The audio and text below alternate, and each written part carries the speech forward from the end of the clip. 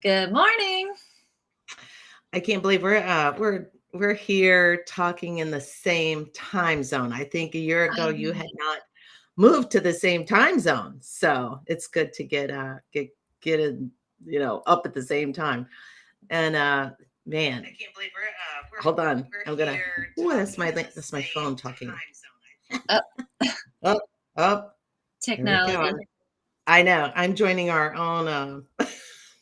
I'm I'm here, but we're there. Okay, you know what I mean. We have these conversations. Anyways, I am glad to see you. You have so much going on, and I wanted to catch up because Herdy Innovate is this crazy, amazing business that you do, a part of Herdy organization, and it's really gotten extremely busy now that COVID's over and you can meet in person. And I've had the pleasure of being able to be on your right side, or actually your left arm, for those conferences, and it's just amazing. I think people would just be fascinated at what that is. So I'm going to have you talk about you and talk about what you do, and then we'll actually just have girl talk. How about Okay, that? that sounds good. So, HERDI Innovate, HERDI stands for Higher Education Research and Development Institute. And basically, what we do is we put together focus panels of community college leaders from all across the country for new emerging technologies that are coming into the space, for an opportunity for them to learn from these leaders in the development of their product or service so that ultimate goal is to create a better product and service for the community colleges and the students they serve. I was a first generation college student. I started out in community college and worked my way up to a university because I was paying my own way. But long time ago, it's when they gave you, the book that was like this thick of all the classes to choose from, and you had to kind of figure out your own way, and stand in line for 2 hours to register, only to find out that the 101 class that you needed for this semester was full. So you had to Yeah. wait a whole nother year before you could even take that course. And so I spent a lot of time spinning my wheels because at that time I was considered a non-traditional student. Worked during the day and went to school at night. There was no such thing as online advising. So anyway, when I got involved with the organization in 2009, I started to see what it is that they did, and I started getting introduced to these companies, and I kept thinking to myself, man, if I had that technology when I was going to school, it would have made all the difference in the world. So I launched my own division of HERDI called HERDI Innovate for those smaller, new emerging technologies. And, we launched it in 2019. At that time, we were primarily just in person events. And we launched it in October of 2019. So you can imagine the pandemic hit. And, I didn't do any business until August of that year because I was, trying to get out of hotel contracts and then trying to figure out, could I replicate this process virtually? Ran a few tests in that year. And funny enough, or interesting enough, I should say, is that I have been a business consultant for many, many, many, many years. And that was my full time job. This was meant to be just a side thing that I was doing. But I felt like 2020, and this might sound weird, but it gave me the permission to, to think differently about what it is that I wanted to do with my life. And I decided that I would quit my business consulting and just focus on Innovate, even though I really wasn't having any business coming in yet, but I felt strongly about the model and about what it is that we do, that I just decided to quit my business consulting and make it work, because it was at that, I think at times, especially as a cancer survivor, you were found in a position where it's either do or die, right? And so I felt that same way with my business. That's either I'm going to make it work or I'm not. and I couldn't just toy around with it because it was too important to me. So anyway, long story short, I have what we call board of advisors, which are the community college leaders that we choose from. I had 15, I think, in 2020. And then at the beginning of 23, I have 60. And, I have, 2 events a year that continue to grow, as you know, because I've brought you on to help me with the conferences. And we were in Savannah, had a great time. And then we're going to be in Phoenix, and then we'll be in Orlando next year. So it's a good time. It is a good time. Would you consider that kind of like a nice Shark Tank environment? Kind of the way that the companies come in and speak with the board is that what is the benefit for both? Well, obviously the benefit for the companies is they're getting introduced to these community college leaders. And it's oftentimes, thank you, Yolanda. Mhm. It's oftentimes referred to as a Shark Tank experience because the board members don't hold back when it comes to giving their feedback. They're very direct, they're very honest. If they don't like something, they'll tell you. I've had some companies, well, I should say, I've only had one company once that came out that was crying during a break because, Uh-oh. what they thought they knew, they didn't. And so they had to kind of reconfigure everything.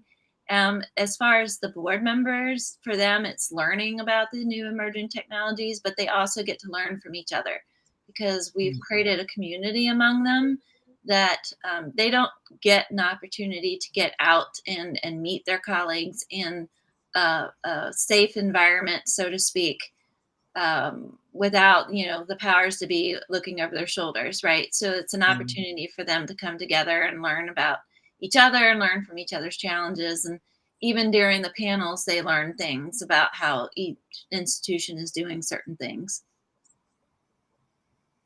That's fantastic. How did you grow that board? I mean, where did you how many did you start out with? How many do you have now? I started out with 15, and those 15 came from referrals from the board of advisors from the national organization. So I started with those 15. They gave me some referrals, but quite honestly, it's just hustling. I was on LinkedIn. I was looking up, institutions I wanted to work with. I reached out to basically every position in the institution, hoping I could get someone that would respond. And then once we have a conversation about it, then it's a no-brainer for them, right? But it's getting that conversation. I think that goes with anybody in sales. And it's just, I've never really believed it's not easy because I still get sidetracked by the no's or the no responses. But as a business consultant, I also know it's all a numbers game, and to Mhm. some degree. So I knew how many I needed to reach out to get one response, and so I would reach out to like 10 a day, and hopefully to get one a week. Yeah. And I just kept Yeah. doing that and doing it over and over and over and over again. And then Yeah. now it's just a referral. Now it's just referrals because they love it so much that they're like, oh, you need to talk to my colleague over in, that state and whatever. So, Yeah. Yeah. Do you have a maximum, or do you plan to just continue to grow your part of the organization? well, I would probably max out at 100, because then it just gets to be, I Too don't big. want to be super large because I like the intimate of it, the Mhm. intimacy of it when we do these events. I don't want to get it to be too large because I like the networking and I like the Mhm. personalization of it. So I think 100, but not everyone comes to live because I still do virtual events. Yeah. So I've got, a certain set of my board that will do virtual, certain ones that will come live. Some will do both. So if they can't make a live event in the spring, they'll do the virtual and then they'll reverse it in the fall. So it just all depends on on their schedule. Okay. Okay. That's fantastic. Um, Now, these events for the people that attend, there's makes them want to come back. I'm just saying as a as part of it, but the things that you do to engage the board, and even the companies that come, you did something that's called a progressive dinner, Mhm. and what was the first one? That was Colorado, right? Colorado, Uh, yeah. that was amazing, and I just think that was brilliant. And can you just don't tell all your secrets, but definitely, what the experience was for people with that. Well, first of all, I like to think that I'm more in the experience business than I am anything else. Like, Yeah. I love to create experiences. And I wish I could say that I came up with the idea, but Brian actually came up with the idea. I came up with the details of it, and he's the big picture, right? So Yeah. he said, "Oh, how about doing this progressive dinner?" And then I chunked it down and created all the logistics for it. But it turned so the progressive dinner. What we do is we take the board of advisors that attend the live event, and I separate them into, depending on how many restaurants we get, either two groups or three groups. And we'll Yeah. go to one restaurant and have an appetizer, one will have an entree, and one will have dessert in. And so the three groups, they rotate. So it's even nicer. I shouldn't even say nicer. It's even a more intimate space to really get to know, because if you're in a group of 10 or 15 versus a group of 50, you really get a chance to know them on a deeper level and have deeper conversations.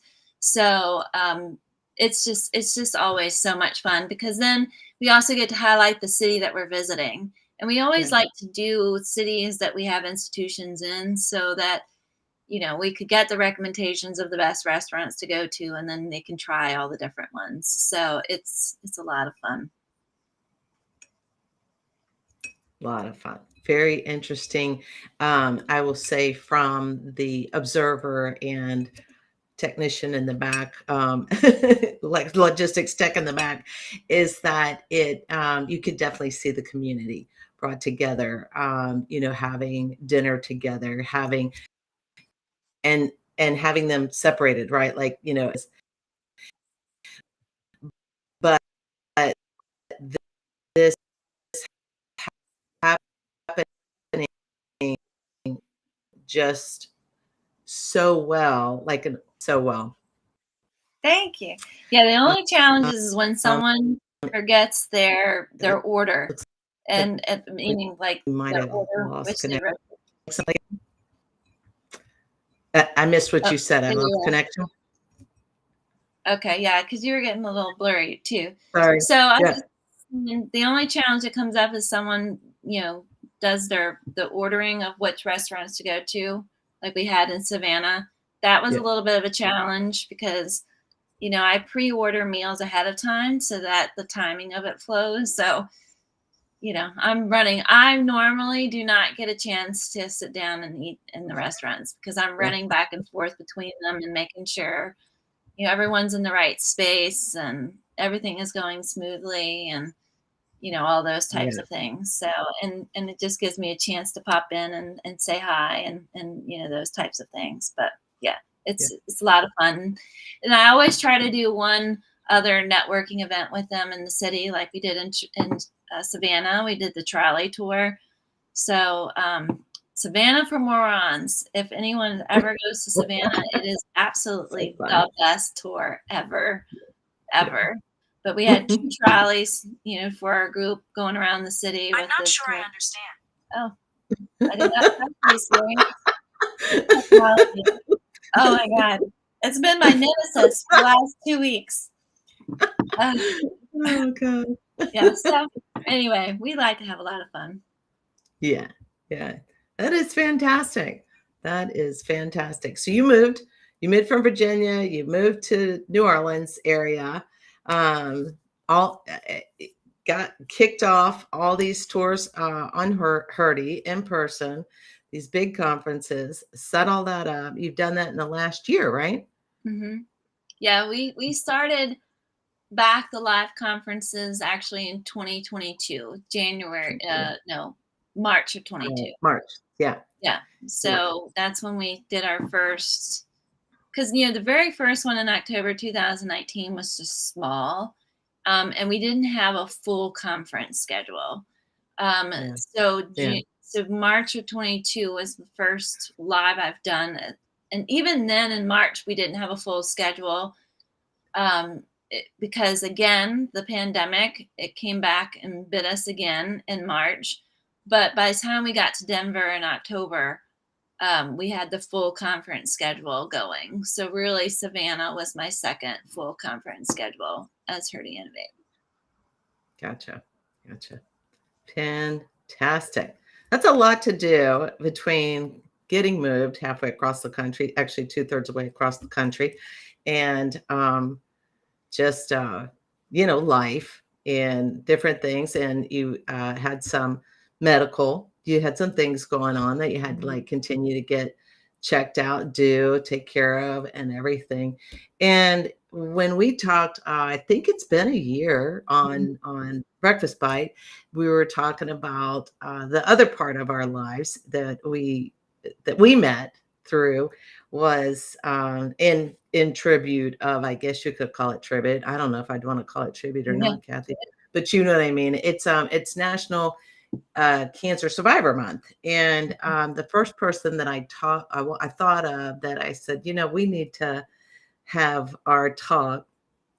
You know, um, we we talk about this, having our talk, but we Mhm. talked about doing it with other people. And so we Mhm. thought we would see how that worked as well. And just the coffee, the career, well, your tea, I'm coffee. Yeah. Career, cancer, and how all of that is just kind of played out, like where did that play into or affect or not affect the things that you've done in the last couple of years? You tell me about like how long you're a survivor, and has that played into any of this in the last couple of years as far as just physicality or you know That's a, the thing. that's a really good question. So, you know, survivorship is I don't know if I even like the term survivorship, but I guess it's just the term that's most familiar for people. Yeah, I was diagnosed in 2013, went through all of my treatments in 14. So when you look at your quote unquote cancerversary date, yeah, I do it the date I finished treatment. So I guess I'm 9 years from finishing treatment, official chemo related treatment, I should say, because I feel yeah, like once you stop actual, chemo related treatments, there's still a lot of other things that still need to be treated, right? So, right, it's a never ending battle, I feel like. Some it's worse than others. And I've been very fortunate with uh, I guess, since I stopped chemo in the grand scheme of things, because, I've had no evidence of disease for the last 9 years, which is fantastic. But, just the toll that the whole thing takes on you mentally yeah, and physically, that yeah, the body is amazing, amazing, amazing, but I don't know that people really understand how much it takes out of the body and how much it has to regrow. Like all of your good cells have to regrow, and all of the things that chemo affects has to just regenerate, right? And yeah, so yeah, from whether it's different organs and how they perform and your hormones and all of those things, I ended up having 7 surgeries total um, throughout the last 9 years. And each time you have a surgery, you've got to recover from that. And being a runner, it's just kind of been like this ebb and flow of, am I having a good day? Can my body handle this? kind of thing. And I haven't run in probably,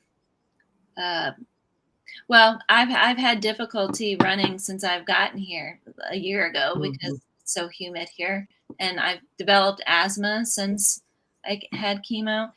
Don't know if they're related, but I didn't have asthma before, Oh, and so I've just started running again. So I last month or so I've started running again and retraining my body. So I'm always feeling like I'm having to restart physically when it comes to those physical things. I'm feeling like I'm always having to restart, something. But overall, I can't complain about, having a clean bill of health in the sense of no evidence of disease. So I can't complain about that. But, you know, the mental toll though is far worse than the physical toll ever was, in my opinion.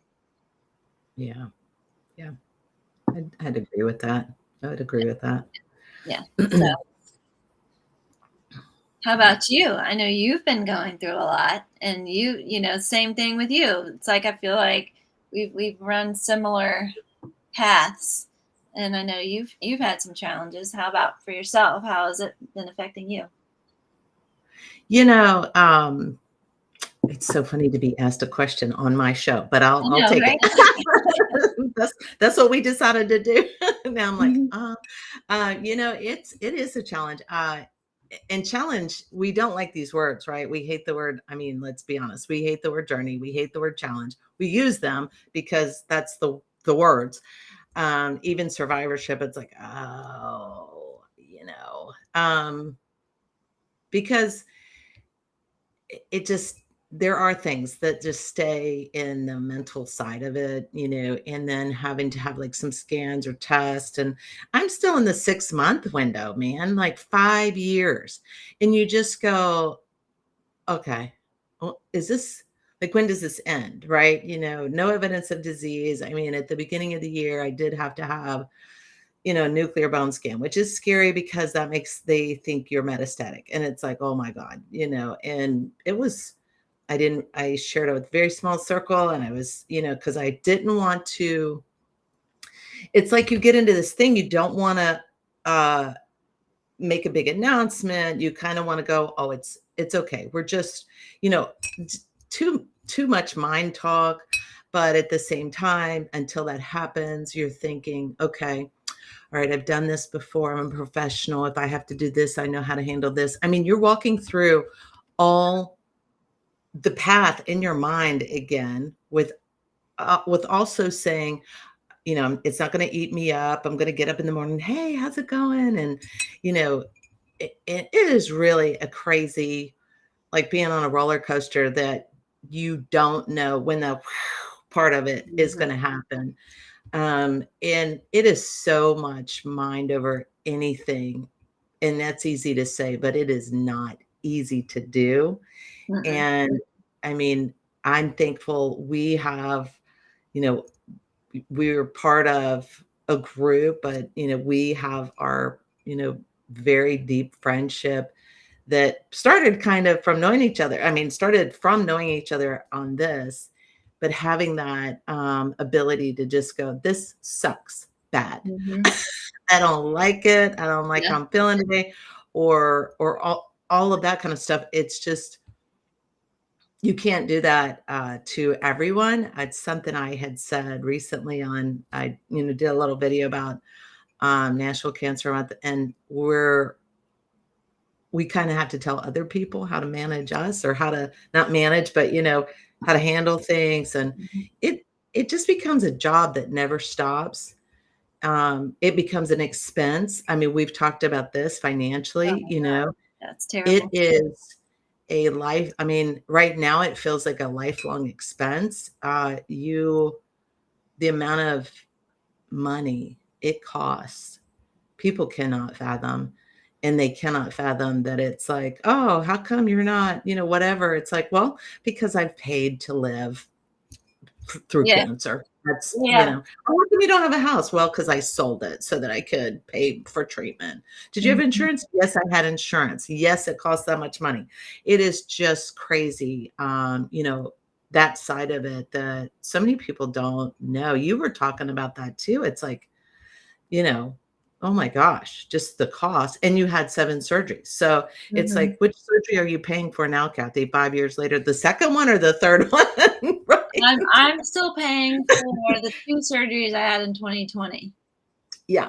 And so, but I'm only saying that because I didn't get the bill until 8 months ago. Oh, yeah.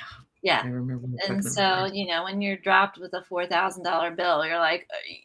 And now they're like, now that I've moved, my doctors are like, okay, well, we need to do our own testing to have a base of where you are. And it's like, oh, come on, man. I Yeah. like, you know how expensive? Like, I have to come up with $2,500 just to have the test done. And I'm like, come on. Yeah.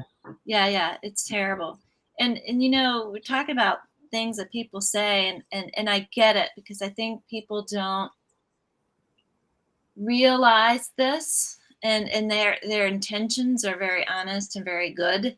Um, but one of the things that I really hated when I was going through everything was when people were trying to hype me up as being some type of warrior, or that type of thing, like, or you're so brave. And it's like, well, I don't know about that. Like, maybe, I guess, in another person's perception, but I certainly didn't feel it, because it's not like I stood up and chose this battle. It just kind of happened and I was thrown in it. And you do what you have to do to live another day, right? Yeah. And so it's almost like, I mean, everyone says, yeah, you have a choice. And you do have a choice whether or not to go through chemo, or you not do any treatments. Yeah. But Yeah. really, at 38 years old, like, was I willing to just lay down and let it kill me? No. They told me I only had a 40% chance of beating it. But it's like, that to me, that just wasn't an option. So I didn't Yeah. really feel like I had a choice. I just had to do Yeah. what I needed to do. And right before I started chemo, I was scared to death every time I took it, or laying on the floor, wishing it was over, and all of those things. And losing my mom, and having a husband that decided to leave, all in that time frame. It's like, it's a lot. It's a lot. So anyway, And yet here we are. and here we are, thriving. Yeah. Yeah. I think that's an important part, is being open about the struggle, but also if someone else is at the beginning of that they know there is another side, right? There is a way to kind of persevere through it, and find people to talk about it after the fact, or talk about the things that really aren't fun to talk about, with your very close small circle that can understand, um, and understand how to navigate people that are like, call you the warrior, call you the champion, call you all these brave and things like that, that are hard to, it's almost like this cape that you don't want to wrap around, because they don't see all the things that are inside that create the fear, the anxiety, the the unknown, the depression, the okay, it's great we survived, but like, what the hell now? Why? Who cares, right? Getting past that feeling, yeah, getting past. Oh, I don't have anything to do now. I don't have to go. I don't have to go to a doctor every single week. I'm not, and everybody in your life most of the time is like, awesome. Okay, that's cool. You are good to go. Now we can go back to normal, right? Now we don't have to deal with that anymore. You are good to go. Everything's fine and you are fine. Oh, that's You so know? annoying. Yeah. And it's like, okay.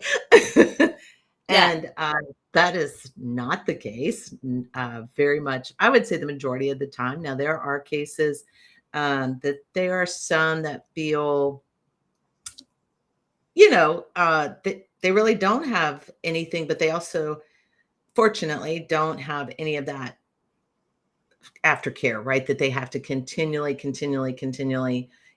got the big check mark that says, oh, you don't ever have to come back. And so I think that makes a little bit different of a mindset. I think that they maybe still have some fears, maybe down, under the surface, but I think as you track along, you've been tracking for 9 years, but it's still in your face, Oh yeah. 5 years for me, still in my face. So it's like, what else can we do but laugh about it, right? Oh my gosh. I'm going to share this story with people because I think it's important to know the toll. And of course, Lena, you know this story, and I think was it last month was Mental Health Awareness Month? Yes, The last yes. month, and I've never posted this story during Mental Health Awareness Month, and I probably should, but you know, in that time frame, so someone had said that's off the scale on stress points. You know, today, actually, it's very serendipitous of the date because it was in 2014 today, in 2014, when I tried to commit suicide by taking a handful of pills because I couldn't. There was so much going on, and part of the problem was I didn't have time to grieve anything. Yeah. Because when you're going through, especially chemo, you don't allow yourself the time to wrap your head around what's actually happening, because you're just in this fight or flight mode and you're trying to keep yourself motivated just to get up and go to chemo, or fight through the side effects or whatever. You don't give yourself that time to sit back and reflect on your life or any of that, because that once you start doing that, then you might, because look, my oncologist is amazing. If it wasn't for her, I wouldn't have finished chemo, because I would go into her office after the second one. It was like second, third, and fourth round, begging her to let me quit, like begging her. And she just kept saying, well, just come back. We'll change this. We'll do this. We'll give you more of this. We'll give you less of that. Just give me one more chance. And I'm like, okay, I can do this one more time. And so she had to kind of talk me through that. And it's like, because everything in my body was like, oh my God, this is like the worst thing ever. But I never gave myself time to really think about what I was doing. I just was trying to just get through it, if that makes any sense. So I didn't have a chance to grieve any of that.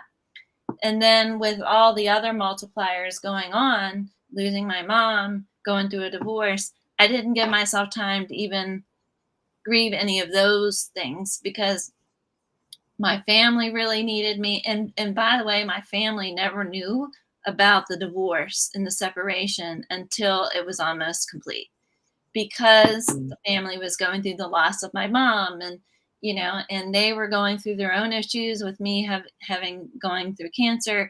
So I didn't want to bring another thing on to them. So I kept it all to myself. So nobody knew. And that was my mistake, but nobody knew what was happening in my life. They all thought that everything was going fine because I still was going to work. I had the wig on. So, you know, and it looked exactly like my old hairstyle, so on the surface, everyone looked at me and thought, oh, she's doing just fine, but inside, I couldn't handle it. Like I felt like I shouldn't deserve to get through it, right? Like I just felt like I should have, like no one really cared. Because the other thing that also happens, and I don't know if this happened to you, is when you're going through cancer treatments, friends disappear. I mean, you think that that's when friends would step up the most, but they don't. And the reason is because they don't know how to handle it, right? They don't know what to say to you. They don't know what to do if they see you, in bad light. And then that's also on me because I wasn't showing them that I needed help, right? Had I reached out and said, I really am struggling, they would have showed up, you know? But because they thought I was doing fine, they didn't feel like I needed anything. They didn't know how to engage in conversations with me. So I just felt very lonely in the journey because I didn't know anybody else that was going through it at the time. So anyway, I decided one night I was going to take a handful of pills. Um, but interestingly enough, I didn't take enough that would have actually killed me. I didn't know that at the time. But I also realized looking back, I never really wanted to die. I just wanted all of that pain and angst to just go away, and I felt like that was the only way to make it end, And so when I woke up the next day and I just thought, shit, I'm still here. So I thought, okay, well, I'm obviously here for a reason. And I still struggled, with the thought of it. But, I turned to my faith and then I started reaching out to friends. Um, and even then, they didn't know what I was going through. I just would reach out to them to have lunch and talk about everything but that stuff, just to get that communication going again. Um, so anyway, that's a little bit of what the real tool actually can look like. So they may look okay on the outside, but inside it's a completely different story. So if I could give anyone any advice, if they know anybody that's going through cancer, is always check in on them, regardless if they've reached out to you or not, but do something. Like, don't wait for them to ask you for help. Yeah. Make the dinners, go by the house. I had a friend that would just show up to play with I had just gotten a kitten and I didn't have the strength to even play with the kitten really. So I had a friend, she knew what days I was going through chemo. She always bought me Panera soup and she came over and played with my kitten for an hour. And I never had to ask her. She just did it. She just would show up. The only thing she would do is go, are you feeling good enough to meet me? Or, eventually I just gave her a key so she could just let herself in and she would just check in on me because I didn't have any support when I was going through the chemo treatments. I was basically by myself. So, yeah, she would just kind of check in on me, make sure I was doing okay. And that was that. So it's just do it because we don't even know what we need at that time. Sorry, I feel like I talked too much, but that was important. No, it's really important. It's actually statistically proven that suicide thought, attempt, and action is greater after designated finished treatment, so to speak. And increasingly so, especially for women with breast cancer, there's just a lot of proven statistics because they typically do lose not just friends, but their, unfortunately, the relationship side, spouses leaving. In the middle of it all is more common than you think. So I think sharing that, Kathy, is so important, and how you feel. It's not a good story. The good story is that you're here to tell the story, that your mindset is completely different, and that you're a strong advocate for support and encouragement and mindset and, walking with people. But it is because you had to walk through that and deal with it and come through on the other side. Mhm. So I appreciate that you share that. Um, it matters. It matters that there's care for the people that don't say anything, like you said. Like if they are quiet, does not mean they're okay. If they're loud and funny and all, does not mean they're okay. Mm-hmm. It may be that they are having to wear whatever they feel or they are supposed to through that. That they have to be the tough person. Oh, I've got this. I'm good. I'm fine. Uh, all of that. So I appreciate you sharing. I think the statistics, and I could be wrong on this, I think the statistics, and of course, they don't, not everybody will admit it, but it's like a third of women going through breast cancer treatment will have some type of suicidal thought in the first year. And so when you think about that kind of statistic, what does that equal up to be? Several million women a year Mhm. that are going to have those kinds of thoughts, and Yeah. oftentimes you chalk it up because everyone's, I think sometimes our support circle, what like our friends and family, because they're going through their own angst about what's happening, that they tend to Right. blow it off, you know, um, or make you feel like you're being unreasonable or illogical, or or Yeah. it's whatever, and it's not intentionally, but I think that's just kind of what happens. So it does kind of make you feel like maybe you are overreacting, or you wonder what's wrong with you, especially when people are always coming to you going, oh, you're so brave and you're such a warrior, blah blah blah blah blah, but yet you have these feelings inside. It really does make you wonder, like, what's wrong with me? Why can't I just snap out of this? You know, um, Yeah. why can't I see myself the way other people are seeing me? You know, and that makes it even harder to Harder. deal with. Mhm. And so yeah, it's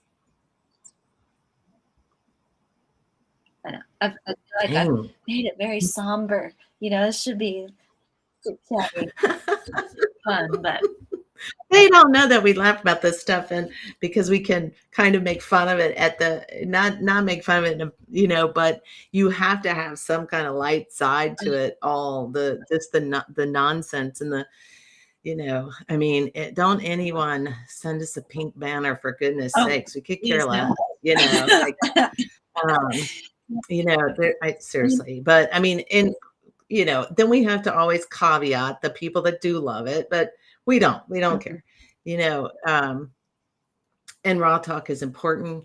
So, I'm going to wrap up here because I think we could talk all day, but we'll talk again soon. I think we should just do it again soon. Okay. Um, just because we can, We should talk about chemo brain.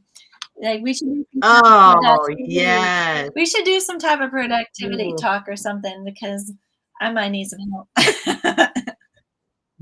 Let's do that. Okay, I will schedule that. We will do it.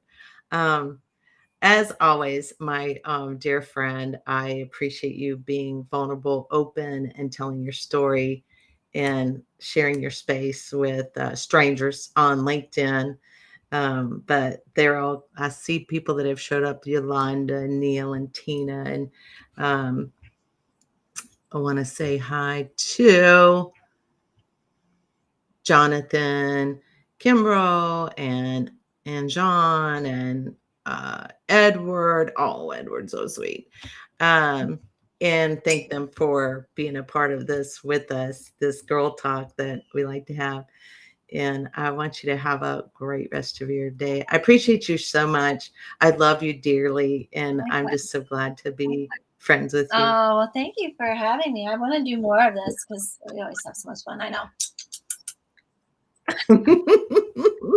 Well, it is still the month, so we're going to do that. Let's just plan on doing it again. I'll get offline with you and we'll set a date, and we're just going to do it again, and we'll talk about chemo brain because I don't know, I can't even find myself still today. So I'll have to share my AirPod story on oh live. yeah, It's yeah. ridiculous. That's why we work so well together. It's like two brains trying to be a whole brain. What was I saying? What was I doing? Oh, yeah. Okay, and GPS stinks. Okay, but that's a side note. We can't find our way out of a paper bag, but that's just us. It's true. It's true. Oh yeah. Yeah. Yeah.